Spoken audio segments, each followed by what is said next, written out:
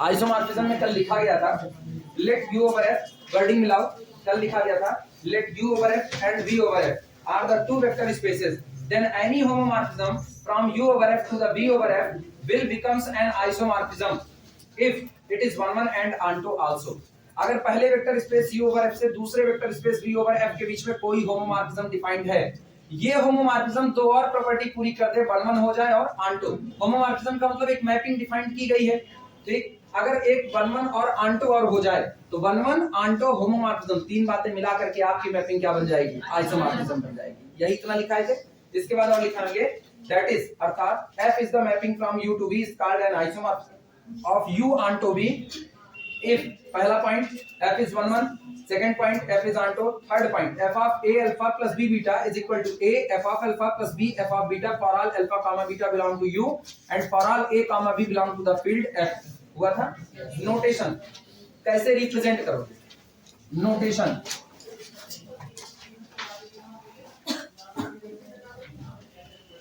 Notation अगर दो vector space u over f और v ओवर f एक दूसरे के आइसोमॉर्फिक हो गए तो लिखने का तरीका होता है u over f is isomorphic to v over f। ये बराबर का साइन लगा के, सुनो, बराबर का साइन लगा के ऊपर बिगल का सिंबल बना दिया जाता है। इसको बिगल बोलते हैं, सिंबल को। हाँ, बिगल, इसको बिगल बोला जाता है, ठीक। ये केवल ऊपर वाले को बिगल बोलते हैं, इसको नहीं बोलते पूरे को। ये पूरा का पूरा साइन जहां पर लगता है वो आइसोमॉर्फिज्म कहलाता है, ये पूरा। तो ये ऊपर वाला बिगल होता है। अगर कहीं पर अब ये लिखा मिलता है तो इसका मतलब u over f is isomorphic to the v over f। अच्छा, नॉर्मली इसको ऐसा भी लिख सकते हैं और केवल ऐसा u आइसोमॉर्फिक टू v, ये भी लिखा जा सकता है। फील्ड की चर्चा करने की कोई जरूरत खास नहीं होती है, लेकिन कर दी जाए वो ज्यादा बेहतर होता है। फाइनाइट डायमेंशनल वेक्टर स्पेस पर अब आइसोमॉर्फिज्म की कुछ थ्योरम होगी, ठीक है। अभी यहाँ पर ऐसे न्यूमेरिकल नहीं, गौर करना, ऐसे न्यूमेरिकल नहीं है जो आपसे ये डिमांड करें कि prove that the given mapping is a linear transformation या given mapping is a homomorphism. ये नहीं है। जो चौथा चैप्टर है वो पूरा का पूरा चौथा चैप्टर लीनियर ट्रांसफॉर्मेशन के नाम पर बनाया गया है। यहाँ पर हम केवल और केवल दो वेक्टर स्पेस के बीच में समानता की कुछ बातें कर लेते हैं, कुछ बातें। लेकिन जो बड़ी बड़ी बातें होंगी जब आप इसको लीनियर ट्रांसफॉर्मेशन के नाम पर पढ़ोगे वहां किया जाएगा। वहां पर हम लोग पूरा अच्छा खासा न्यूमेरिकल करेंगे लीनियर ट्रांसफॉर्मेशन यानी होमोमॉर्फिज्म प्रूफ करने का। तरह तरह की मैपिंग दी जाएगी, हमसे पूछा जाएगा ये मैपिंग आपकी होमोमॉर्फिज्म है या नहीं। जैसे एग्जांपल के तौर पर मान लो हमने मैपिंग लिख दी कि कैपिटल टी एक मैपिंग है जो काम करती है R3 से किसके बीच में? R3 के बीच में। और इस तरीके से काम करती है कि T image of x, y, z, जब आप इसका कोई भी एक पॉइंट चुनते हो x, y, z, तो उसकी जो इमेज बनाता है उसकी इमेज बनाता है x + 2y - z पर, x + y पर, x² + y² बना दिया। ऐसा इमेज ही तो है, कुछ भी मैपिंग हो। तो आपसे पूछेगा क्या ये डिफाइंड हुई मैपिंग कैपिटल टी, क्या ये एक लीनियर ट्रांसफॉर्मेशन है या नहीं है? लीनियर ट्रांसफॉर्मेशन है या नहीं, ये सारी चर्चा चौथे चैप्टर में होगी। वहां पर हम लोग इसके खूब न्यूमेरिकल करेंगे। अभी हम लोग केवल और केवल दो वेक्टर स्पेस के बारे में समानताओं को पढ़ रहे हैं कि दो वेक्टर स्पेस के बीच में आइसोमॉर्फिज्म होगा तो वो आइसोमॉर्फिज्म कौन कौन सी प्रॉपर्टी साथ लेकर के आएगा। इसलिए यहां पर ऐसे न्यूमेरिकल नहीं है। अभी होना तो इसको यहां पर चाहिए था, लेकिन फिर भी कोई बात नहीं। इसलिए दिमाग में ये मत लाना कि आइसोमॉर्फिज्म लिखा दिए लेकिन न्यूमेरिकल एक को नहीं करवाए। न्यूमेरिकल इसके यहाँ इस तरीके के नहीं है, वो आपको अगले चैप्टर में मिलेंगे। थ्योरम लिखना, सबसे पहले हेडिंग डाल देना isomorphism of,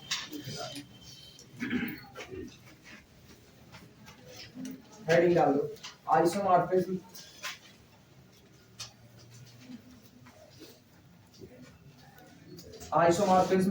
of finite dimensional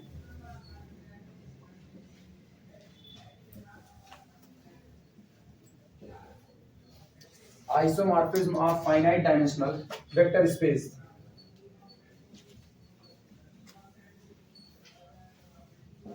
isomorphism of finite dimensional vector space। दो फाइनाइट डायमेंशनल वेक्टर स्पेस का आपस में आइसोमॉर्फिक होना या आपस में समान होना। यहां समान होने से मतलब डिट्टो बराबर होना नहीं, प्रॉपर्टी को इंटरसेक्शन में लेकर के आना। जो प्रॉपर्टी तुम्हारे पास वही प्रॉपर्टी मेरे पास। जैसा भी है तुम्हारा वैसा भी है मेरा। सुल्तानपुर में बैठा हुआ बीएससी करने वाला लड़का और लखनऊ में बैठा हुआ बीएससी करने वाला लड़का एक दूसरे के आइसोमॉर्फिक हो सकते हैं, क्योंकि दोनों के पास फिजिक्स केमिस्ट्री मैथ वही पेपर, फिजिक्स केमिस्ट्री मैथ। हाँ, अगर अपने लोग विदाउट सेमेस्टर पढ़ रहे हैं और कोई सेमेस्टर में पढ़ रहा है तो हमारे बीच में होमोमॉर्फिज्म होगा, तब हमारे बीच में आइसोमॉर्फिज्म चाह कर भी नहीं हो सकता है, क्योंकि हम जिस व्यवस्था में है वो व्यवस्था सेमेस्टर प्रणाली नहीं है, वो वार्षिक है, और आप जिसमें हो वो कौन है, सेमेस्टर वाली है। तो सेमेस्टर में और आप में हम में अब इतना अंतर है, बस एक ही फर्क है, हमारे और आप में एक समानता है, हम भी बीएससी कर रहे हैं, तुम भी बीएससी, हम भी कल को बाहर निकलेंगे तो हमको भी ग्रेजुएट कहा जाएगा, आपको भी ग्रेजुएट। लेकिन अगर आप पेपर के पैटर्न की बात करोगे, मेरा पैटर्न और आपका पैटर्न बिल्कुल अलग है। आप पढ़ रहे हो जो चैप्टर आप यहाँ पर पढ़ रहे हो सकता है उस चैप्टर को हमने फर्स्ट ईयर में पढ़ लिया है, हो सकता है कि आप फर्स्ट ईयर में जो पढ़ चुके हो उसको हम अब पढ़ रहे हैं। जैसे अभी अपने यहाँ सेमेस्टर वाइज हो गया है ना, अब अपने यहाँ पर बीएससी सेकेंड ईयर में लीनियर अलजेब्रा का हिस्सा पूरा ऐसा नहीं पढ़ा। अब तक हम लोग क्या पढ़े थे, हम लोग जब वार्षिक प्रणाली में पढ़ रहे थे तो हम लोग पूरा अलजेब्रा पहले साल में पढ़े थे, पूरा अलजेब्रा। उनके में क्या हो गया है, तीसरे या चौथे किसी एक सेमेस्टर में अलजेब्रा और लीनियर अलजेब्रा इकट्ठे रख दिया गया। आया अंतर कि नहीं आया? ये जगह के बंटवारे का ही अंतर आ गया। तो जगह के बंटवारे का अंतर आ गया तो हम लोग, हाँ ठीक है, सिलेबस हम भी वही पढ़ रहे हैं जो आप पढ़ रहे हैं, बस इधर उधर छिटका हुआ। तो हम और आप एक दूसरे के होमोमॉर्फिक हो सकते हैं लेकिन आइसोमॉर्फिक नहीं हो सकते हैं। ये निकला, समानता तो है लेकिन इतनी भी नहीं कि आपके बारे में कही गई बात मेरे बारे में कही जाए। अब गणपत साहब और केनाई वाला स्टूडेंट, दो स्टूडेंट चुन ले, गणपत साहब से एक केनाई वाला, दोनों एक दूसरे के आइसोमॉर्फिक हो जाएंगे अगर वो खुद में एक दुनिया है। ऐसा एज्यूम करो कि मतलब हम खुद में एक दुनिया है और उधर एक स्टूडेंट चुना गया, वो खुद में एक दुनिया है। हम केनाई में पढ़ रहे हैं, वो गणपत साहब में, तो हमारे बीच में आइसोमॉर्फिज्म कहा जा सकता है। हम भी पढ़े फिजिक्स केमिस्ट्री मैथ, वो भी पढ़ेगा फिजिक्स केमिस्ट्री मैथ, ठीक सेम कंडीशन है, कुछ अलग नहीं। मेरी भी डिग्री है डॉक्टर राम मनोहर लोहिया अवध विश्वविद्यालय, उसकी भी है डॉक्टर राम मनोहर लोहिया अवध विश्वविद्यालय। यहाँ पर आप कह सकते हो इतने पर, लेकिन जैसे आप कॉलेज की चर्चा करोगे होमोमॉर्फिक हो जाओगे। कॉलेज अलग अलग हो चुका है और आप एक ही कैटेगरी में गिरने चाहते हैं। लिखना theorem, most important theorem.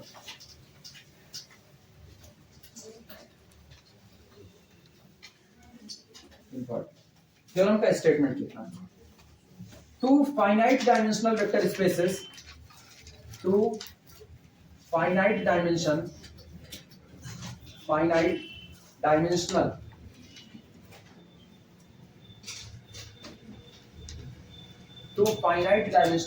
vector spaces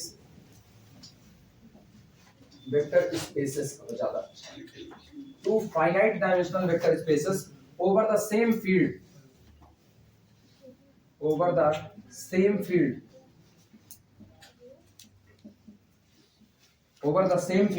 are isomorphic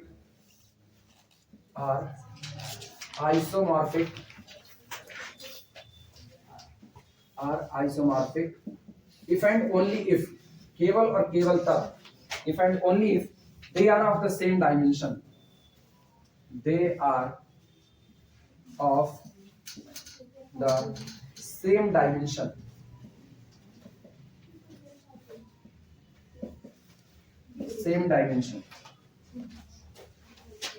they are of same dimension।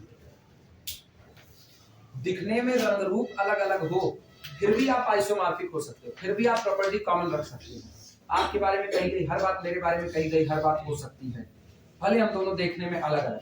अब मेरे तुम्हारे बीच में एक कॉमन बात तो है ही, तुम भी बीएससी पढ़ रहे हो मैथ, हम भी बीएससी पढ़ा रहे हैं मैथ, ये एक बात तो कॉमन है। एक जगह पर आकर के तो हम और तुम बराबर हो जाते हैं। अब इस क्लास में जितनी देर तक हम जो पढ़ाएंगे उतनी देर तक वही तुम पढ़ोगे, इतनी देर तक अब तुम हमसे कोई सवाल पूछोगे तो इसका पूछोगे तो हमको जवाब भी इसी का देना पड़ेगा। ऐसा तो हो नहीं सकता है तुम हमसे सवाल पूछो लीनियर अलजेब्रा का और हम तुमको बता रहे हैं ग्रुप थ्योरी का, ये तो नहीं हो सकता। तो एक जगह पर हमारे और तुम्हारे बीच में इस समानता आ गई। यही जो समानता की स्टडी होती है ना, इसी को आप यहाँ लीनियर अलजेब्रा या किसी भी मैथमेटिकल वर्ड में इसी को होमो और आइसो की दुनिया में बांटा गया है। आइसो शुद्ध बराबरी होती है, होमो कुछ की बराबरी होती है। बस मेन अंतर, कोई पूछे होमो और आइसो के बीच का मोटा मोटा डिफरेंस बताओ तो मोटा मोटा डिफरेंस यही होता है, होमो कुछ प्रॉपर्टीज की बराबरी होती है, आइसो सारी प्रॉपर्टीज की बराबरी होती है, भले देखने में रंग रूप अलग। और ये सोचो पहली थ्योरम आपको क्या करिए, two finite dimensional vector spaces over the same field. अगर दो वेक्टर स्पेस दिए गए हैं, क्या दोनों वेक्टर स्पेस को इसने सेम कहा? नहीं कहा। टू की वर्डिंग का ही मतलब है कि ये दोनों सेम हो सकते हैं, ये दोनों डिफरेंट हो सकते हैं। हम तुमको कह रहे हैं कि हम तुमको 2 चॉकलेट दिए, मान लो हम तुमको 2 चॉकलेट दिए, ठीक है, दिए एक को नहीं, वो अलग बात है। तो तुम क्या सोच सकते हो कि हमने तुमको दोनों डिफरेंट ही दिया होगा? नहीं। क्या तुम ये सोच सकते हो हमने तुमको दोनों सेम टू सेम ही दिया होगा? तो इसका मतलब जब तक कोई और कंडीशन ना लगे ना, सर्वाधिकार सुरक्षित हम कुछ भी मान सकते हैं।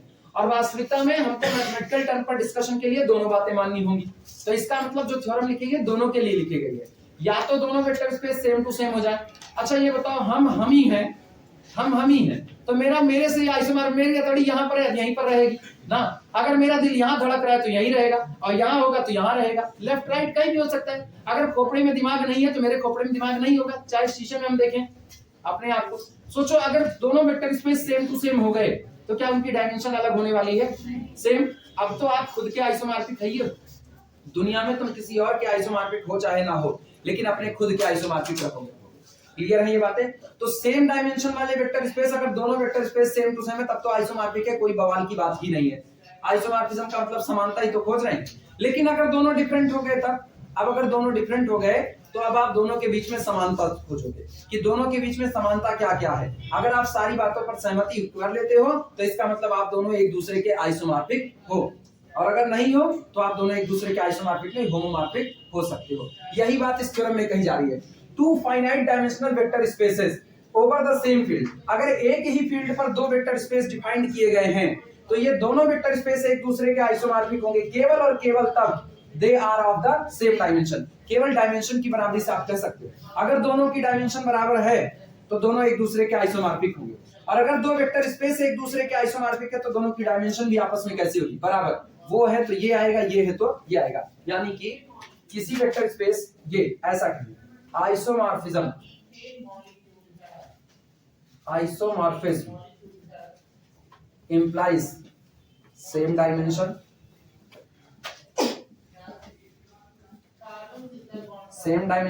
and same dimension implies isomorphism.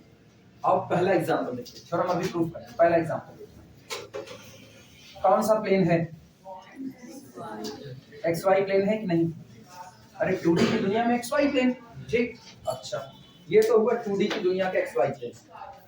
एक कॉपी ये दे दो, लिखना बाद में। एक कॉपी ये दे दो, लिखना बाद में। एक और दे दो भाई, पतली कॉपी दो। कोई अपने हाथ ही कम है, भगवान को और हाथ देने चाहिए। चलो कुछ तो नजर आएगा। मान लो ये सामने वाला कौन गया? X axis. ये कौन गया? Y axis. ये कौन गया? Z axis. ये वाला प्लेन बताओ कौन सा प्लेन है? सामने वाला x, इधर वाला y, ऊपर वाला z। तो y और z से बना ये प्लेन कौन है? y z plane. अच्छा इसके ऊपर का एक कोऑर्डिनेट चुनोगे, वो कोऑर्डिनेट क्या लोगे? y z प्लेन है, 0, y, z। अच्छा बताओ बोर्ड के ऊपर का कोई कोऑर्डिनेट लोगे तो क्या चुनोगे? x, y। सोचो उसके पास दो ही मेंबर है, x है और y। इसके पास तीन मेंबर है, लेकिन एक मेंबर हमेशा x वाला कैसा बना है? 0। तो 0 y z। इसके पास तीन में, इसके पास टपल का कलेक्शन है, इसके पास ऑर्डर्ड पेयर का कलेक्शन। दोनों बिल्कुल अलग अलग हैं कि नहीं? लेकिन ये बताओ x y, ये y z प्लेन की डायमेंशन कितनी होती है? 2 डायमेंशन। प्लेन है 2 डायमेंशन का हुआ, और मेरे वाले की डायमेंशन 2। दोनों दिखने में बिल्कुल अलग अलग है, लेकिन जो बिहेव इसका होगा ना वही बिहेव इसका होगा। That's why they are looks and act like the same. ये दिखने में भी एक जैसे होंगे और इनका व्यवहार भी कैसा होगा? एक जैसा। तो इसका मतलब ये जो आपका YZ प्लेन आया ना, ये इसके आइसोमॉर्फिक होता है। सोचो बिल्कुल अलग दुनिया है। ये 3D का प्लेन है और ये 2D का प्लेन है, उसके बावजूद भी दोनों एक दूसरे के कैसे हुए? आइसोमॉर्फिक। मतलब जो बिहेव आप इसके बारे में कह सकते हो वो सारा बिहेव आप इसके बारे में कहोगे। सेम कंडीशन सोचो, ये नीचे वाला ये x है और ये y है, नीचे वाला कौन होगा?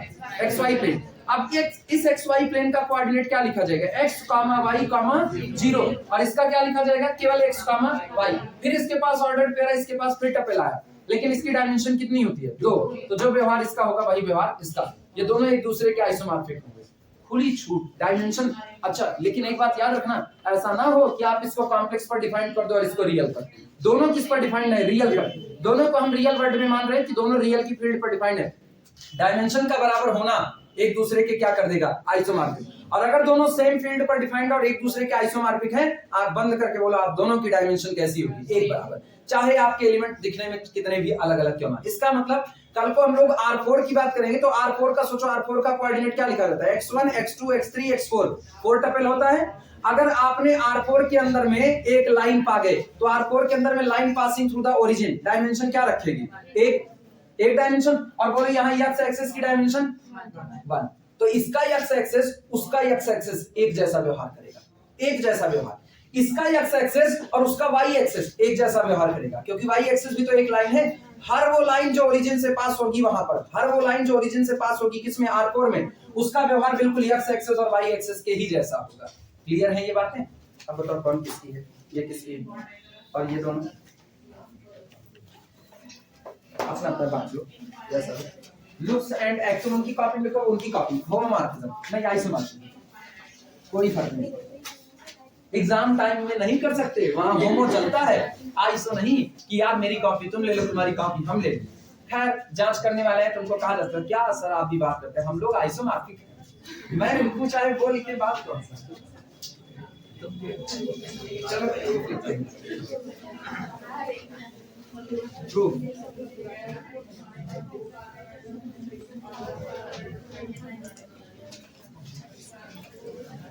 प्रूफ में सबसे पहले नेसेसरी पार्ट, नेसेसरी पार्ट में हम लोग कहेंगे अगर डायमेंशन सेम है, अगर डायमेंशन सेम है तो आप दोनों एक दूसरे के आइसोमॉर्फिक हो गए। दो वेक्टर स्पेस चुनो, दोनों वेक्टर स्पेस को करो आपकी डायमेंशन सेम है, चलते चलते पता चले दोनों एक दूसरे कैसे हो गए? आइसोमॉर्फिक। फिर आप अगले दो वेक्टर स्पेस चुनो, उनके बारे में कहो आपकी डायमेंशन मान लिया सेम है, चलते चलते फिर क्या मिल जाए? आइसोमॉर्फिक। फिर एक दो और चुनो, क्या तो आप दोनों की डायमेंशन सेम है, और फिर चलते चलते क्या मिल जाए? आइसोमॉर्फिक। तो इसका मतलब यार ठकार के कहो, जब दो लोगों की डायमेंशन सेम होगी तो ये बात जरूरी है कि आप दोनों लोग एक दूसरे के आइसोमॉर्फिक बने रहो। तो नेसेसरी पार्ट में same dimension implies that isomorphism, लिखना हेडिंग है same dimension implies isomorphism, necessary part.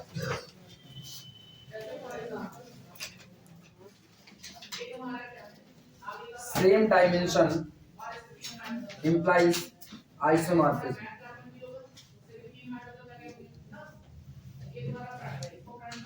implies isomorphism। घर का कोई सामान टूट जाए और ये पता रहे पापा बताएंगे कम मार खाएंगे, मम्मी से बताएंगे ढेर मार खाएंगे, क्या फर्क पड़ता है? व्यवहार तो दोनों का एक ही, लतियाएंगे तो दोनों एक दूसरे के आइसोमॉर्फिक है। लेकिन ये पता रहे ना, पापा बचा लेंगे और मम्मी पीट देंगी तो दोनों एक दूसरे होमोमॉर्फिक हैं। अब एक काम यही रहता है, पापा की तरफ डोल जाएंगे, मम्मी की तरफ नहीं जाएंगे। वो अलग बात है, मेरी मम्मी अक्सर जब सामान तोड़ दी तो मेरा नाम लगाती थी। हाँ ये होता है, मेरा नाम लगा, क्योंकि पता था ना हम थोड़ा कम डांट खाएंगे पापा से। एक बार टीवी रखी हुई थी ऊपर, तो पहले छुटकी टीवी आती थी ना ब्लैक एंड व्हाइट वाले से, पुरानी बात, तब हम छोटे से थे, मम्मी झाड़ू लेकर के उसको साफ कर रही थी, बस उसमें तार फंस गया कहीं से, खींची वो पूरी टीवी नीचे आ गई, चरपोसा हो गई एकदम एक तरफ से। बाद में हुआ क्या, अनुभव खेल रहे थे तोड़ दिए। ये बात हमको बाद में पता चली, बाद में जब हमको पापा बुलाए पूछे कहे दोबारा सही सलामत खेलना, टीवी ऊपर गिर जाती तो उनके कौन टीवी मेरे को गिरने वाली थी। लेकिन अब समझ नहीं आ रहा है कि आखिर ये पूछ क्या रहे हो, कर क्या रहे। बाद में घर के अंदर पता चला टीवी टूट गई और मम्मी मेरे जिम्मे मरती है। देखना हम मानते हैं दो वेक्टर स्पेस, एक u और दूसरा v, और दोनों की डायमेंशन सेम ले लेते हैं। लिखना let dimension of u is equal to dimension of v is equal to n। माना पहला वेक्टर स्पेस u है, दूसरा वेक्टर स्पेस v है और दोनों की डायमेंशन n है। तुरंत कुछ खड़ा होता है, एक थ्योरम खड़ी होती है यहाँ पर, याद है किसी को? एक थ्योरम, जिससे पूछेंगे वो बताएगा। आवाज बंद एकदम एकदम एकदम एकदम एकदम। मुस्कान बोलो कौन सी थ्योरम? एक थ्योरम तुरंत यहाँ पर आती है, बोलिए।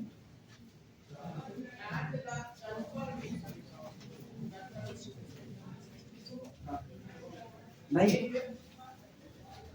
आकांक्षा थ्योरम बोलो। नहीं यार, अरे एक थ्योरम जिससे हम आगे चलने वाले हैं भाई, तो पूछ रहे हैं डायमेंशन ऑफ u बराबर डायमेंशन ऑफ v, दोनों की डायमेंशन n मान लिए।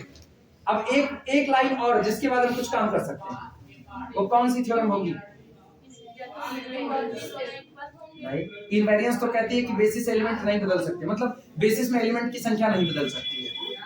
अरे सुनो, कौन सा? Existence theorem. हर फाइनाइट डायमेंशनल वेक्टर स्पेस के पास अपना बेसिस होता ही होता है। अगला काम तो यही करेंगे ना, ये बताओ डायमेंशन मानने से मेरा कोई हला भला तो होने वाला है नहीं। हम तो खाली ये कहना आप दोनों लोगों की डायमेंशन बराबर है, लेकिन कुछ काम करने के लिए मेरे हाथ में कुछ तो रखोगे। भाई आप हमको कह रहे हो कि मार्केट से जाओ सामान खरीद करके लाओ, अरे दुचौनी रखो तो हम चले जाएं उसके पास जाके हमको हमारे घर से कहा गया सामान खरीद करके लाओ, आप हमको सामान दे दीजिए, अब पैसा मांगे तो मेरे घर पे जा करके ले लीजिए ना, जो थप्पड़ अलग से वो भी लगा देगा। सबसे पहली बात होती है, अगर आपने कहा dimension of u is equal to dimension of v is equal to n, यानी कंफर्म हो गया कि आप डायमेंशन तब मान पा रहे हो जब आपके दिमाग में बेसिस का कॉन्सेप्ट आया हुआ है। तो एग्जिस्टेंस थ्योरम कहती है there must exist a basis for the u and a basis for the v। तो क्या हम दोनों का बेसिस मान सकते हैं कि नहीं? अब हम हर बार इस बात को नहीं लिखेंगे bye use of existence theorem, नहीं, हमको पता है ये बात आपको याद रखनी पड़ेगी क्यों हम बेसिस मान रहे हैं। एग्जिस्टेंस थ्योरम मेरे हाथ में है, डायमेंशन आ गई तो बेसिस आना है, तय हो चुका है। और वैसे भी वेक्टर स्पेस आ गया तो बेसिस आना है, भले वो इनफाइनाइट डायमेंशनल का ही क्यों ना, बेसिस तो उसका भी होगा ही होगा। हाँ, हम नहीं लिख सकते, जैसे हम कहते हैं ना इवन फंक्शन का कलेक्शन सब स्पेस है, इवन फंक्शंस का कलेक्शन सब स्पेस है, होता है बनाएगा even function plus even function again even function minus even function again even function, तो आप कह सकते हैं इवन फंक्शन का कलेक्शन आपका सब स्पेस बना लेगा। उसका बेसिस कौन होगा? दुनिया में एक इवन फंक्शन होता है, बहुत सारे होते हैं, तो आप उसके बेसिस के में सारे एलिमेंट भरते चले जाओ, ठीक, वो आपका बेसिस होगा। बेसिस तो उसका भी होगा, लेकिन आप ये थोड़ी कह पाओगे कौन होगा, वो नहीं बता पाओगे। लिखना, अब हम दोनों के लिए बेसिस मानने चल रहे हैं। Let S1 is equal to collection of, पहले हम u का बेसिस मान रहे हैं, u का बेसिस मान रहे हैं alpha 1 alpha 2 up to so on alpha n, and S2 is equal to, अब की बेसिस मानो किसका? v का। लेकिन ये सुनो, दोनों वेक्टर स्पेस सेम भी हो सकते हैं, अलग अलग भी हो सकते हैं, अलग अलग मान करके प्रूफ कर रहे हैं, अलग अलग मान के, क्योंकि सेम में तो पता है आप वही बात दोहरा रहे हो। अब सोचो अगर ये अलग है वेक्टर स्पेस, तो क्या इसका और इसका बेसिस दोनों सेम होगा? उसका भी बेसिस डिफरेंट, इसका भी डिफरेंट, तो इसका मतलब इसका बेसिस हम मान लेते हैं वेक्टर बीटा 1 वेक्टर बीटा 2, इस तरीके से चलते हुए so on vector beta are basis of u and v respectively,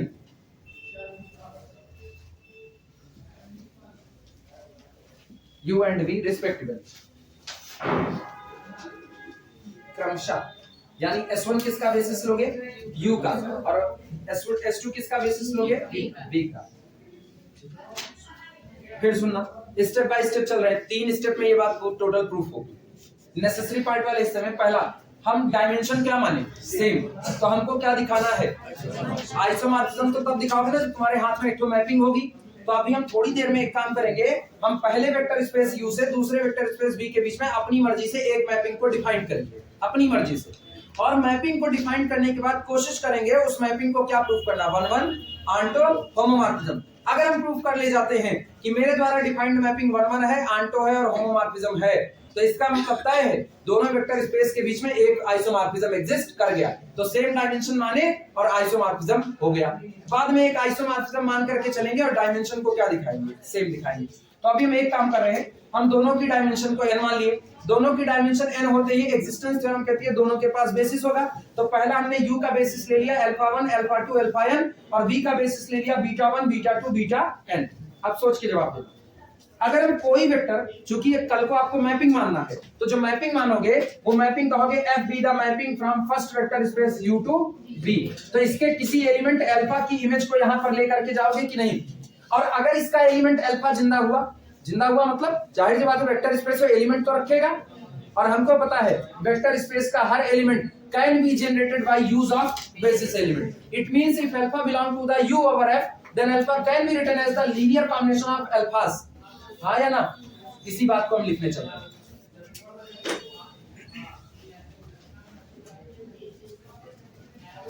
area 51 में तो नहीं जा रहे हैं अभी। This implies that any vector alpha, इसी के नीचे है, इसके नीचे तो बेकार जगह आ गई तब तो। अच्छा ठीक हम बचे रहेंगे, हम यहाँ लिखेंगे। अब ये मेरी कॉपी होगी, बड़ी कॉपी छोटी copy. Any vector alpha belong to the u over f। सुनो, S1 को बेसिस माना हुआ है u का, और अल्फा एलिमेंट ले रहे हैं अपने दिए गए vector space u over f का। तो अगर alpha belong to u over f है, then alpha can be written as the linear combination of alpha 1, alpha 2, alpha 3, alpha n। लिखना, then any alpha belong to u over f can be written as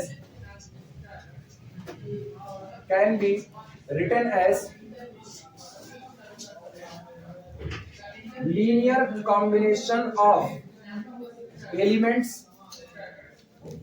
of S1। समझ जाओगे क्यों लिख रहे हैं? Because S1 is the basis of U over F। ठीक, that is अर्थात vector alpha can be written as A1 into alpha 1 plus A2 into alpha 2 plus up to so on plus AN into alpha n, where yeah, such that AI's belong to field F। ये बताओ, जब किसी vector को basis element का linear combination लिख रहे हो तो सीधे तो लिख नहीं सकते हो भाई, आपको कुछ तो कोफिशिएंट की जरूरत पड़ेगी। क्या पता सारे कोफिशिएंट एक एक एक हो, ठीक है, एक एक एक होंगे तो सारे A1 A2 A3 AN बराबर 1 भर देंगे। लेकिन क्या जरूरी है कि हरदम कोफिशिएंट एक ही हो? कुछ भी हो सकता है। तो हम कुछ कोफिशिएंट अपनी मर्जी से चुन लेते हैं, A1 A2 A3 AN, और हम उठा करके अल्फा को इनके लीनियर कॉम्बिनेशन में लिख देते हैं। क्लियर हुआ? इसे इक्वेशन नंबर 1 मान लो। इक्वेशन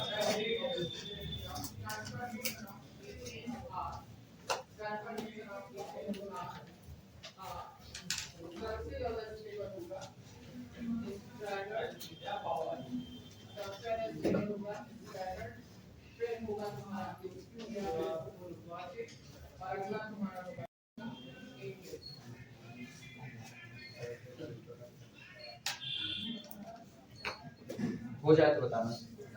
सुनो, इसका थीम समझ लो पहले। थीम क्या होने वाला है? थीम ये होने वाला है, अगर हमको दिखाना है कि u और v एक दूसरे के आइसोमॉर्फिक हैं, तो मैपिंग जब आप लेकर के जाओगे तो किसी एलिमेंट को किसी पर तो मैप करोगे। हमको नहीं पता है u ओवर f के पास कौन कौन एलिमेंट है, v ओवर f के पास कौन कौन है, लेकिन फिर भी मेरे अपने एजम्पशन से हमको एक बात पता चल रही है, एक बात, कि अल्फा 1 अल्फा 2 अल्फा n ये किसके मेंबर हैं? u के, क्योंकि ये लोग बेसिस हैं किसका? u का। और मेरे अपने एजम्पशन से बीटा 1 बीटा 2 बीटा n ये बेसिस है किसका? v का। तो हम एक एजम्पशन मान लेते हैं कि अगर इनके बीच में एक आइसोमॉर्फिज्म है, तो मेरा एजम्पशन ये कहता है कि हम बेसिस को बेसिस पर मैप कर देंगे। अल्फा 1 की इमेज किस पर ले लेंगे? बीटा 1 पर। अल्फा 2 की किस पर ले लेंगे? बीटा 2। और अल्फा n की किस पर ले लेंगे? बीटा n पर। एजम्पशन ही तो है भाई, आपके बीच में नहीं आइसोमॉर्फिज्म होगा तो हम नहीं प्रूव कर पाएंगे। और अगर मेरा एजम्पशन ये साबित कर देता है कि इस तरह जो मैपिंग बेसिस को बेसिस पर मैप कर रही है, अगर ऐसी मैपिंग 1-1 ऑन्टो होमोमॉर्फिज्म हो गई तो हमको एक ही मैपिंग खोजनी होती, और नहीं, अगर आपको दो सेट को आइसोमॉर्फिक दिखाना है तो आपको केवल दोनों के बीच में एक मैपिंग खोजनी होती है। उनके बीच में लाखों करोड़ों मैपिंग एग्जिस्ट करें, ठीक है, हर मैपिंग आइसोमॉर्फिज्म बने ये कोई जरूरी नहीं होता, लेकिन अगर एक भी मैपिंग उनके बीच में आइसोमॉर्फिज्म बन गई तो तय बात है। अच्छा ये बताओ, दो सेट के बीच में क्या केवल 1-1 मैपिंग ही आएगी? क्या मैनी टू वन नहीं आ सकती? हम ही को तो डिफाइन करना है। हम एक तरफ ले रहे हैं 1 2 3 4 और एक तरफ 1 से लेकर के 10 तक ले रहे हैं। अभी हमने क्या किया? 1 को 1 पर भेजा, 2 को 2 पर, 3 को 3 पर, 4 को 4 पर, 5 को 5 पर, 1-1 किया। मेरी मर्जी, हम 1 को भेज दें किस पर? 1 पर, 2 को भी भेज दें 1 पर, 3 को भी 1 पर, अब 4 और 5 को अलग अलग भेज दें। आपकी मैनी टू वन कर दिया कि नहीं? तो ये बताओ, मैनी टू वन मैपिंग अगर आप करोगे तो वो तो 1-1 हो नहीं सकती, तो इसका मतलब वो आइसोमॉर्फिज्म भी नहीं होगी। अब सोचो, दो सेट के बीच में आपने मैपिंग डिफाइन की, लेकिन वो मैपिंग अब आज की तारीख में मैनी टू वन होने की वजह से क्या वो 1-1 ऑन्टो हो सकती है? नहीं। होमोमॉर्फिज्म हो भी जाए तो अपने को कोई फर्क नहीं पड़ता। अंतर आया? तो इसका मतलब अगर आपको दो सेट को आइसोमॉर्फिक दिखाना है, आइसोमॉर्फिक दिखाने के लिए आपको 20 मैपिंग नहीं दिखानी, एक भी मैपिंग अगर आपने आइसोमॉर्फिक दिखा दी तो दोनों सेट एक दूसरे के कैसे हो जाएंगे? आइसोमॉर्फिक हो जाएंगे। समानता खोजी जाती है तो सब थोड़ी खोजा जाता है। ये बताओ, हम कहीं पर कोई क्राइम करें, मान लो हम कल को आतंकवादी हो गए, ठीक है, और उसके बाद अरे मानना ही तो है, खतरनाक एग्जांपल मान लिया, हो गए, कल को कहीं लेके असलाह घूम रहे हैं, फोटो जारी हो गई, कहे यही लड़का है जो घूम रहा था असलाह लेकर के। अब खोजा गया कहाँ के हैं? शिक्षा क्लासेस में पढ़ाते हैं, तो मेरे परिचित वाले लोग देखे गए, उसके बाद पता चला शिक्षा क्लासेस से 2 मिनट की दूरी पर इनका घर होगा, वहां से भी पहुंच गए। अब वो मेरे घर को देख लिए और मेरे घर वाले इनकार कर दिए कि मेरा उससे कोई संबंध नहीं है, फिर भी तो वो लोग तलाश करेंगे कि अगर एक भी रिलेशन निकल आया तो उठाते देर नहीं लगेगी, उठा लेंगे घर वालों को तुरंत का तुरंत। और अगर रिलेशनशिप ना निकला तो ठीक है, हम उठाए हुए थे, जांच वांच किए, लेकिन जांच में कुछ नहीं निकला, झूठे हमको कह दिए कि किसी को 2 थप्पड़ मार करके भागे हुए, हम एकदम गौ तरह सीधे आदमी, किसी को नहीं मारे, फिर भी मेरे ऊपर तोहमत चढ़ दी गई। सोचो मेरे ऊपर मैपिंग को डिफाइन किया गया, मैपिंग डिफाइन करते करते ये कनेक्शन निकाले, इनका उस घर से क्या रिलेशन है, अगर एक भी रिलेशन निकल आया तो वही मैपिंग आपका काम कर गई, आप अपना काम आगे बढ़ा सकते हो।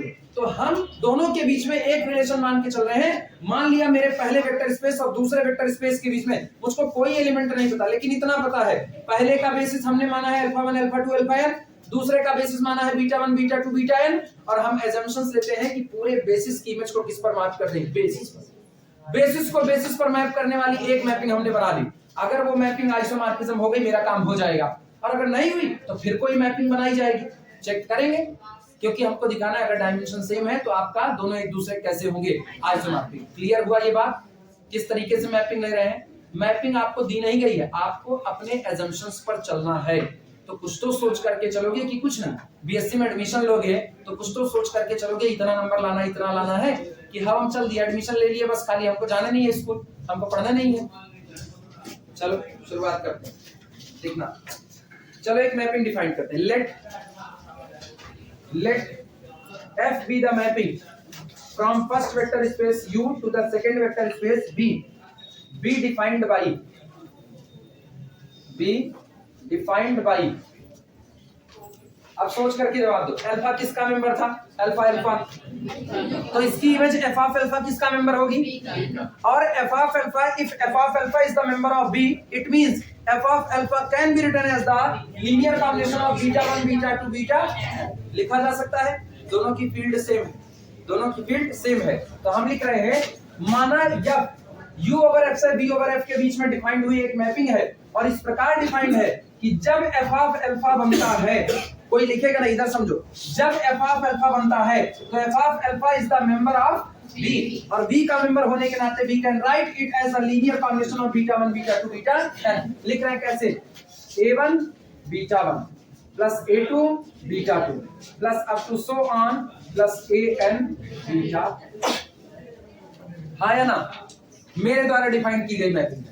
अरे हाँ, a1 a2 बदलना चाहते हो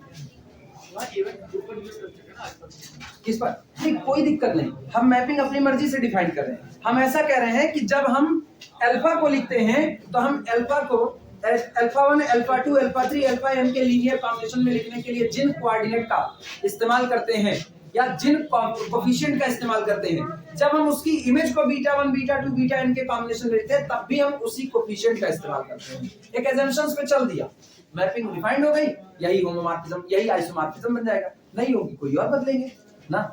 एक assumptions, सारी बातें अब assumptions पर चल रही, अब लिख सकते हो ये वाली लाइन, नोट कर।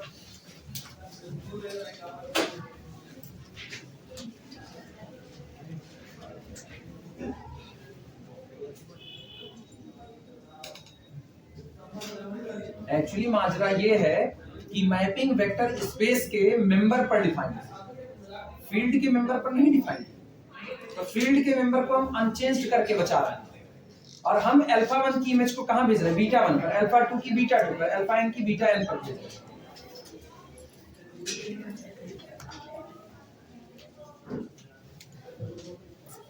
याद करो एक होमोमॉर्फिज्म कैसे डिफाइन किए थे, f of a alpha plus b beta, क्या कांस्टेंट बदला था, सेफ छूटा था, a f of alpha plus b f of beta, तो जो पहले आपने a alpha plus b beta add किया था वही आप किधर कर रहे हो। होमोमॉर्फिज्म का कॉन्सेप्ट यही है, होमोमॉर्फिज्म कहता है चाहे अल्फा और बीटा को पहले ऐड कर दो और चाहे अल्फा और बीटा की इमेज लेके इमेज को ऐड कर दो, बात बराबर बैठेगी। चाहे अल्फा में a का पहले मल्टीप्लाई करके तब इमेज लो, और चाहे पहले अल्फा की इमेज लेके तब a का मल्टीप्लाई करो, रिजल्ट कैसा आएगा, बराबर। इसीलिए हम ये काम कर रहे हैं। हमने क्या किया, जब अल्फा को लिखा पहले वेक्टर स्पेस में तो सोचो इसको लिखा a1 alpha 1 a2 alpha 2 an alpha n, coefficient इस्तेमाल किया a1 a2 a3 an। अगर ये आइसोमॉर्फिज्म बनाना है तो पहले होमोमॉर्फिज्म बनना पड़ेगा। होमोमॉर्फिज्म कहता है कि चाहे पहले इनकी सीधे इमेज ले लो और चाहे पहले अल्फा 1 की इमेज कितनी ले लो, बीटा 1, अल्फा 2 की, बीटा 2, अल्फा n की, बीटा n, और तब आप इन्हीं कांस्टेंट का मल्टीप्लाई करके ऐड करो, रिजल्ट आपस में कैसा आएगा, बराबर आएगा। क्लियर हुआ? इसी एजम्पशंस पर हम लोग काम कर रहे हैं। चले आगे लिखा जाए। लेकिन सबसे बड़ा सवाल, मैपिंग तो आपने डिफाइन कर दी, आप मैपिंग डिफाइन किए हो। एक मैपिंग तब होती है जब वो वेल डिफाइंड हो। ये गारंटी चाहिए कि ये जो आपने फंक्शन डिफाइन किया, ये फंक्शन वेल डिफाइंड है। कोई फंक्शन वेल डिफाइंड कब होता है? कोई फंक्शन वेल डिफाइंड कब होता है? अरे कुछ तो मेरे सवाल का जवाब दो। एक फंक्शन वेल डिफाइंड कब कहा जाएगा?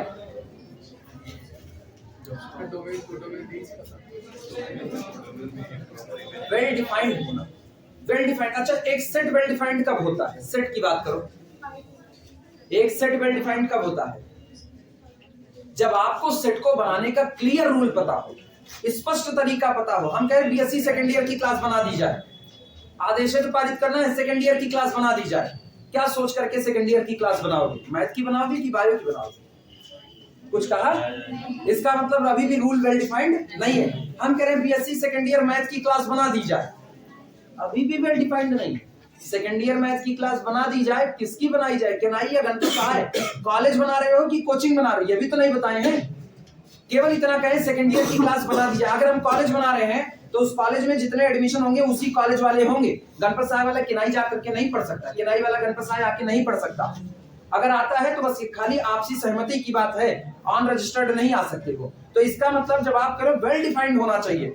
तो जो मैपिंग आपने डिफाइन की हुई, इसके वेल डिफाइंड होने का मतलब, सोचो अगर हम केनाई में पढ़ते हैं तो इसका मतलब केनाई में मेरे 2 रोल नंबर होंगे कि 1 रोल नंबर होगा? 1 रोल नंबर, 1 से ज्यादा तो नहीं हो सकता ना। अगर हम गणपत सहाय में पढ़ते हैं तो मेरे 1 रोल नंबर या 2 रोल नंबर? 1। अगर हम किसी यूनिवर्सिटी में, मान लो किसी यूनिवर्सिटी में परमानेंट टीचर हैं, तो 1 पोस्ट पे नौकरी करेंगे कि 2 पोस्ट पे? हिंदुस्तान का प्रधानमंत्री है तो हिंदुस्तान का प्रधानमंत्री हिंदुस्तान का ही प्रधानमंत्री है कि कल को अपने आप को अमेरिका का भी कह देगा? नहीं, अमेरिका के जो बाइडेन जो है वो अमेरिका में ही है, हिंदुस्तान में आकर के तो नहीं कहेंगे ना कि हम उत्तर प्रदेश के सीएम हो गए, योगी जी आप हटिए। ये तो नहीं पॉसिबल। तो इसका मतलब है अगर आप वेल डिफाइंड हो तो आप यूनिक हो, वेल डिफाइंड हो तो यूनिक हो। इसका मतलब अगर मेरी मैपिंग वेल डिफाइंड है, गौर करना, अगर मेरी मैपिंग वेल डिफाइंड है तो एफ ऑफ अल्फा को लिखने का ये तरीका यूनिक होना चाहिए, एक से ज्यादा तरीका नहीं होना चाहिए। और याद करो बेसिस एलिमेंट के तौर पे लिखने का तरीका कैसा होता था? यूनिक होता था। याद आया? कैसे कहेंगे यूनिक होना, वो बात सुनना। ये बताओ A1, A2, A3, AN किसके मेंबर हैं? फील्ड के। They are unique member and well defined. Clear हुआ? तो आप यहाँ पर जब एफ ऑफ अल्फा की इमेज को बनाए हो तो वही A1, वही A2, वही AN, इन्हीं का इस्तेमाल किए हो कि नहीं? और बेसिस एलिमेंट के लीनियर कॉम्बिनेशन में लिखे हुए हो। तो इसका मतलब एफ ऑफ अल्फा को लिखने का आपका केवल और केवल कितना तरीका होता है? एक तरीका। 2 तरीके तो नहीं है ना। तो एक तरीका होने का मतलब है एफ ऑफ अल्फा की जो आपने इमेज बनाई हुई है, ये जो आपने अल्फा की इमेज बनाई हुई है, ये इमेज कैसी है? यूनिक। अगर एक एलिमेंट की केवल और केवल एक इमेज आती है ना तो आपकी मैपिंग वेल डिफाइंड है, और एक एलिमेंट की 2 इमेज आ गई तो मैपिंग नहीं, वो कौन होता है? वो रिलेशन होता है। तो पहले आपको यह साबित करना पड़ेगा कि आपने जो लिखा है मैपिंग, वो मैपिंग आपने अपनी मर्जी से बनाई है। अपनी मर्जी की चीजें वेल डिफाइंड होनी चाहिए, तभी माना जाएगा। तुम घर वालों से कहो हमको 2 लाख रुपया दे दीजिए, तो पहले इस बात के लिए उनको सहमत करो तुमको 2 लाख रुपया क्यों दिया जाए। तुम कहते हो ताश फेटेंगे, ताश, you are not well defined member of your family. नहीं हुआ, वो नहीं देंगे आपको पैसा। लेकिन आप कहो हमको एमबीए में एडमिशन लेना है, देखो ये फॉर्म भर चुके हैं, ये निकाल, कई चीजें आपको साबित करनी पड़ेगी कि हम आपसे पैसा एक यूनिक काम के लिए मांग रहे हैं, एक ऐसा काम जिस पर आपको फक्र होगा। तुम कहते हो 2 लाख रुपया दीजिए, बम दगाना है, कौन देगा तुमको 2 लाख रुपया बम दगाने का? तो इसका मतलब बम दगाने के तरीके कई है तुम्हारे पास। तुम ऐसा, अरे बम दगाने का मतलब ये नहीं होता कि बस खाली एक शहर उड़ाने जा रहे हो। बम दगाने का मतलब आपकी खोपड़ी बम दगाना है। घर वालों खोपड़ी बम दगाने का मतलब होता है जितना वो काम कहने चल रहे हैं तुम वो 2 लाख रुपया लेकर के घर से भाग जाओ, तब भी उनकी खोपड़ी पर ही बम लगेगा। कल को तुम्हें खोजने के लिए एफआईआर दर्ज करवाएंगे। लिखो, हेडिंग डालना एफ इज वेल डिफाइंड। पहले हेडिंग डालो F is well defined. Heading डालना एफ इज वेल डिफाइंड। पहले तो यही साबित करना पड़ेगा। हर बार याद रखना, जब जब आप मैपिंग अपनी मर्जी से डिफाइन करोगे, आपको साबित करना है आपकी मैपिंग कैसी है, well defined. F is well defined. पढ़ी हेडिंग? क्या हम इधर का सब मिटा सकते हैं?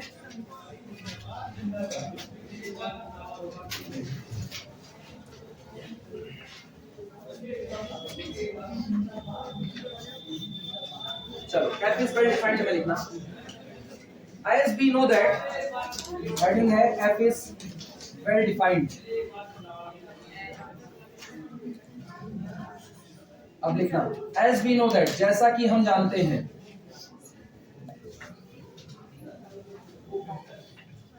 As we know that every element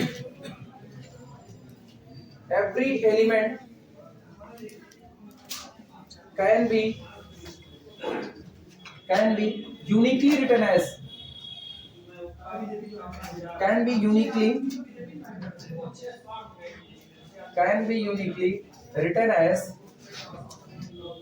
ये एक तो चुनाव आता है फिर राजनीतिक चर्चा ना, linear combination of basis elements,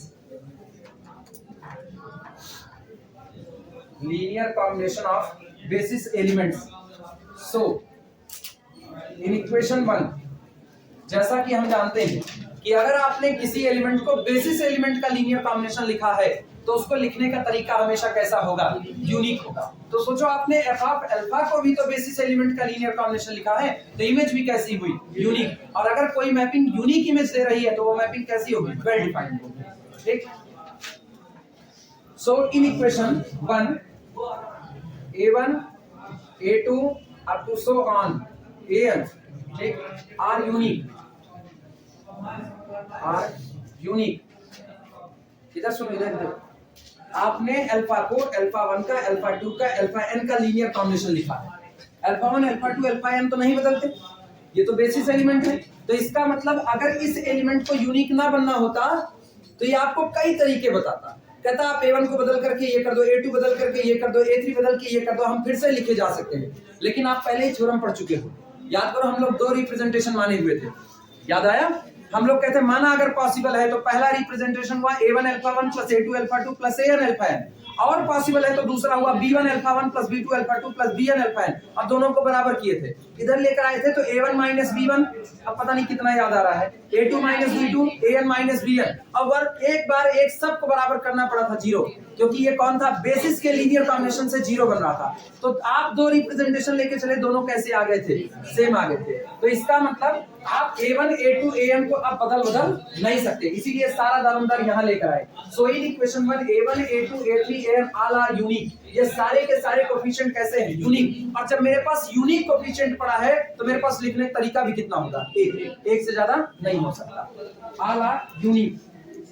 and hence, और इसलिए and hence function f is well defined, function f is well defined, दिया गया फंक्शन वेल डिफाइंड है एज f ऑफ अल्फा। इसका मतलब क्यों आपने वेल डिफाइंड कर दिया, क्योंकि अब आपको पता है कि जो f ऑफ अल्फा आया है ये भी बीटा 1 बीटा 2 बीटा n का कॉम्बिनेशन है, और वही a1 a2 an इस्तेमाल किया जो पहले किए थे, जो कि यूनिक है। तो इसका मतलब ये f ऑफ अल्फा, अल्फा की 2 इमेज नहीं हो सकती, अल्फा की एक ही इमेज होगी, और वो कौन होगी, f of alpha. As f of alpha is a unique element, is a unique element of capital B, जो कि f ऑफ अल्फा एक यूनिक एलिमेंट है किसका, कैपिटल B का। पहला रास्ता पार, हम लोगों ने अपनी मर्जी से एक मैपिंग को डिफाइन किया और हमने दावे के साथ साबित किया कि मेरे द्वारा डिफाइंड हुई मैपिंग कैसी है, वेल डिफाइंड। जब तक आप अपनी कोई बात किसी को साबित न करवा पाओ तब तक उसका मतलब क्या है। तुम हमको कोई बात कहो कि सर हम ऐसा करना चाहते हैं, तो पहले तुम ये साबित करो ना कि तुम्हारे करने का कोई भला नतीजा निकलेगा या नहीं निकलेगा। तो पहले अपनी कही गई बात को वेल डिफाइन करो। अच्छा, हम तुमसे एक सवाल पूछें, हम तुमसे कहें कि ये बताओ एग्जिस्टेंस थ्योरम क्या होती है, पूछ लिए तुमसे सवाल, और तुम एग्जिस्टेंस थ्योरम हमको बता रहे, जब आपको बेटर होता है हम जानते हैं, और हम कह रहे बहुत सही बताया, बहुत सही कह सकते हैं, नहीं कुछ सुने ही नहीं, तुमने वेल डिफाइंड कहा ही नहीं। अगर तुम किसी बात को वेल डिफाइंड कहो, कॉपी में अगर तुमको कोई चीज लिखनी है और तुम सवाल का सही सलामत जवाब लिखो कि मुझको समझ में आ जाए, तभी तो नंबर पर चढ़ाएंगे कि हम चढ़ा देंगे। तो आप मैपिंग को ले करके आइसोमॉर्फिज्म तो तब दिखाओगे जब आप अपनी मैपिंग को वेल डिफाइंड कह पाओ। जिस मैपिंग को दुनिया वेल डिफाइंड नहीं कह पा रही है उसको लेकर के तुम क्या प्रूफ करना चाहते हो। इसीलिए हमेशा याद रखना, इस पे जोर इतना इसलिए दे रहे हैं ना, कई लोग सोचते हैं फालतू वाली बात कही गई है, नहीं। जब आप अपनी मर्जी से कोई चीज डिफाइन करते हो, सामने वाले ने कहा एक मैपिंग हम आपको दे रहे हैं, ठीक है तुम दे रहे हो, तुम्हारी बात मान के चल देते हैं, या तो तुम्हारे द्वारा डिफाइंड हुई मैपिंग आइसोमॉर्फिज्म बनेगी या तो नहीं बनेगी। लेकिन यहाँ तो हमको ऐसा कुछ नहीं दिया गया, यहाँ तो सारी बातें हम कह रहे हैं। तो जब सारी बातें हम कह रहे हैं तो सामने वाले को सेटिस्फाई करने के लिए हमको अपनी बातों से वेल डिफाइंड कहना पड़ेगा। तो हम सबसे पहला काम करते हैं मैपिंग को क्या कहने का, वेल डिफाइंड कहने का। हो गया। अब मेरे पास 3 काम बचे, कौन कौन सा, 1-1, ऑन्टो, आइसोमॉर्फिज्म। चलो पहला लिखना हेडिंग F is 1-1, हेडिंग डाल देना F is 1-1।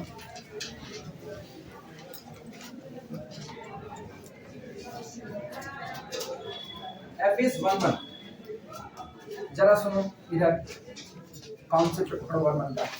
A B C D 1 2 3 4। ध्यान देना, A की इमेज 1, B की इमेज 2, C की इमेज 3, D की इमेज 4। क्लियर हुआ? ये बताओ क्या ये दोनों सेम है कि डिफरेंट है? डिफरेंट है। तो ये बताओ ये दोनों इमेज, ये दोनों एलिमेंट भी कैसे आए? डिफरेंट आए। ठीक, अच्छा इनको चुन लो, क्या ये दोनों सेम है कि डिफरेंट है? डिफरेंट है। तो ये बताओ दोनों लोगों के जो एलिमेंट थे जिनकी ये इमेज था वो भी कैसे थे? डिफरेंट थे। अच्छा आपकी हाल 1 2 3 4 A B C D।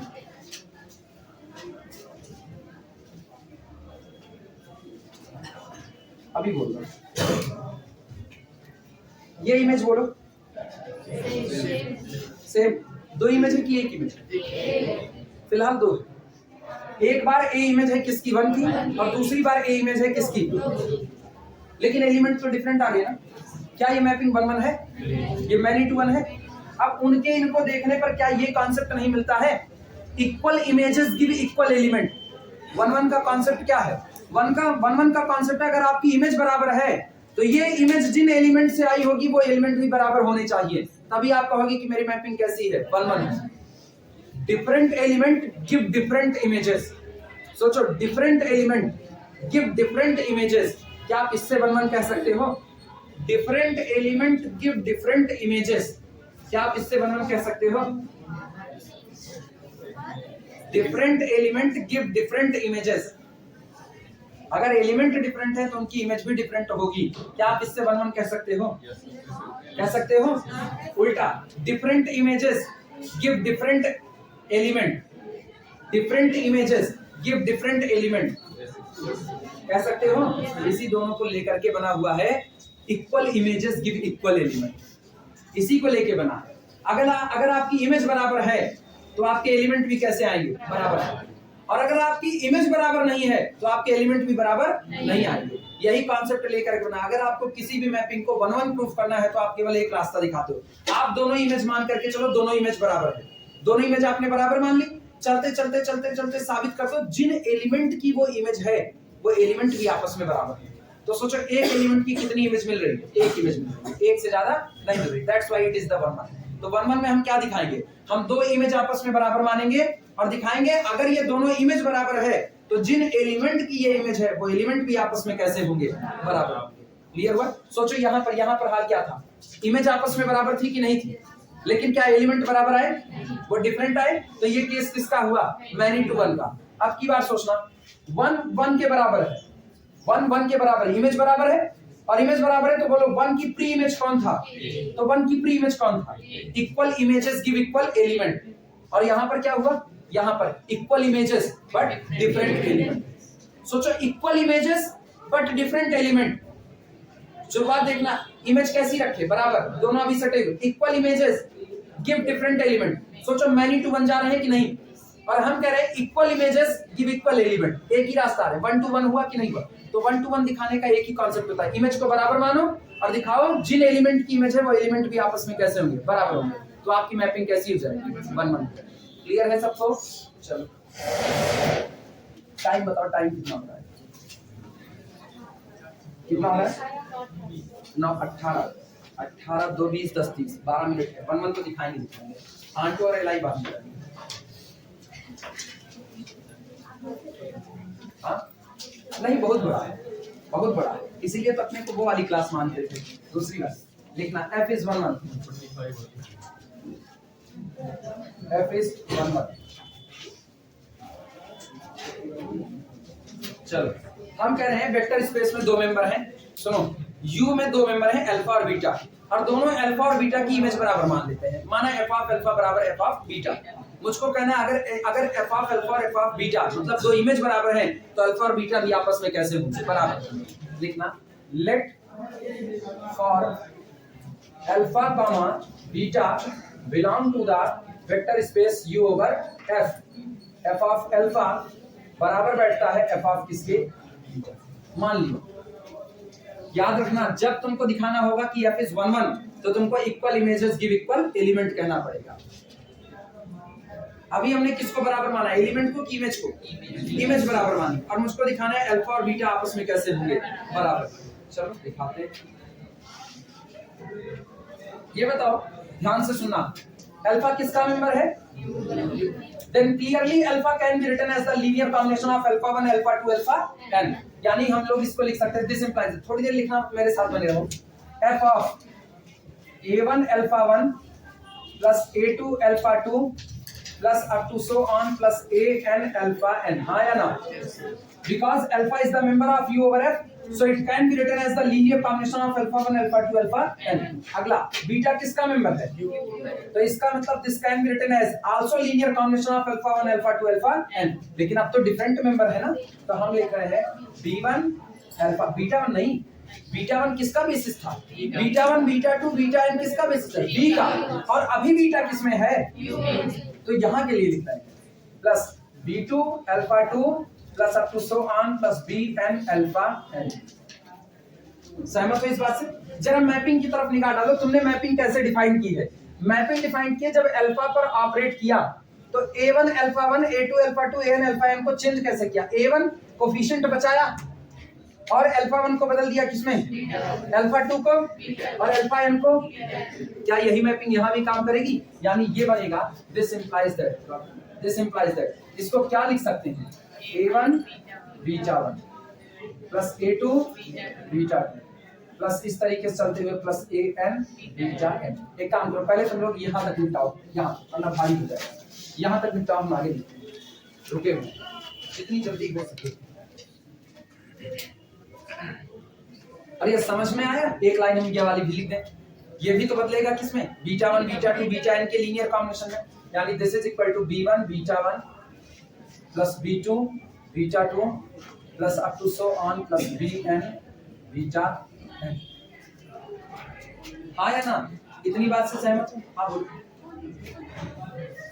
कौन वाला, यहां से लिखना let for alpha comma beta belong to U over F, let vector alpha comma vector beta belong to U over F, F of alpha बराबर F of beta, F of alpha बराबर F of beta. अब बाकी लिखो, ये पता है ना alpha की जगह ये कैसे आया, because alpha is the member of u over f so it can be written as the linear combination of alpha 1 alpha 2 alpha n, तो अल्फा को लीनियर कॉम्बिनेशन में लिख दिया। ऐसे ही बीटा किसका मेंबर था, बीटा यू ओवर एफ का, तो इसको भी beta 1 alpha 1 alpha 2 alpha n के लीनियर कॉम्बिनेशन में लिख दिया। मेरी मैपिंग ऐसी थी जो अल्फा 1 को कहां भेज दी, बीटा 1 पर, अल्फा 2 को बीटा 2 पर, अल्फा n को बीटा n पर, और कोफिशिएंट बचा ले रही थी, तो गौर करो कोफिशिएंट बचा ली और बाकी जगह पर beta 1 beta 2 beta n। Clear हुआ, किसी को कोई दिक्कत? अब ये बताओ एफ ऑफ अल्फा किसका member, F of alpha v over f का, एफ ऑफ बीटा किसका मेंबर, v ओवर f का। क्या इन दोनों को एक तरफ किया जा सकता है, क्या बनेगा, this implies that a1 minus b1 और बाहर कौन, vector beta plus a2 minus b2 और बाहर कौन, vector beta 2 plus so on plus an minus bn और बाहर कौन, वेक्टर बीटा n, और बराबर कौन, लेकिन मुझको पता है beta 1 beta 2 beta n are the basis element of the v over f, और बेसिस एलिमेंट से जीरो वेक्टर को बनाने का क्या तरीका, कि इन कोफिशिएंट को क्या होना पड़ेगा, जीरो होना पड़ेगा, ठीक, but beta 1 beta 2 up to so on beta n are basis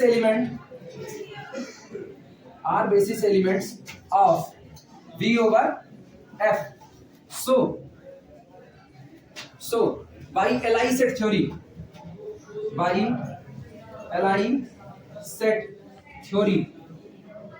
इसलिए लीनियर इंडिपेंडेंट सेट थ्योरी से a1 माइनस b1 बराबर कितना, A2 माइनस B2 बराबर 0। सो ऑन चलते चलते AN माइनस BN बराबर 0। अब दिस इंप्लाइज दैट A1 बराबर B1, A2 बराबर B2, और इस तरीके से चलते हुए AN बराबर BN।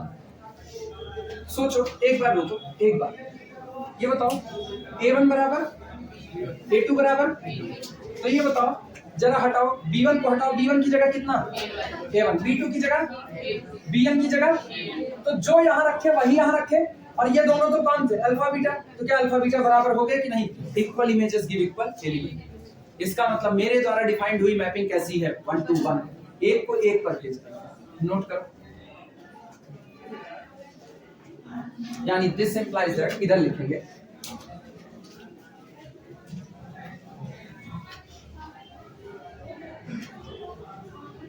दो मिनट इधर, एक मिनट इधर आओ, इधर। दिस इंप्लाइज दैट, ध्यान से सुनना, हम लिख रहे थे A1 अल्फा 1 लिखा प्लस A2 अल्फा 2 लिखा प्लस इस तरीके से चलते हुए प्लस AN अल्फा N लिखा, ठीक है बराबर। अब A1 को हटा रहे हैं क्योंकि A1 बराबर किसके है? B1 के, तो A1 को हटा करके क्या लिखा? B1, और फिर लिखा अल्फा 1, क्या कुछ अलग लिखा? फिर हमने A2 को हटा के क्या लिखा? B2, और फिर क्या लिखा? अल्फा 2। इस तरीके से चलते हुए AN को हटाया, क्या लिखा? BN, और क्या लिखा? Alpha N। लेकिन मुझको पता है इसको कल को हम क्या लिख चुके थे? अल्फा, ये कौन हुआ? अल्फा, और इसको क्या लिख चुके थे? क्या अल्फा बराबर बीटा आया? इक्वल इमेज मान करके चले, एलिमेंट कैसे आ गए? एक बराबर। Our mapping is 1 1। क्लियर? अब लिख सकते हैं इक्वल इमेजेस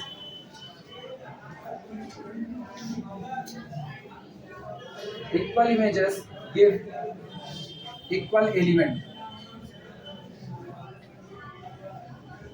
एलिमेंट, सो इसलिए F is 1 1।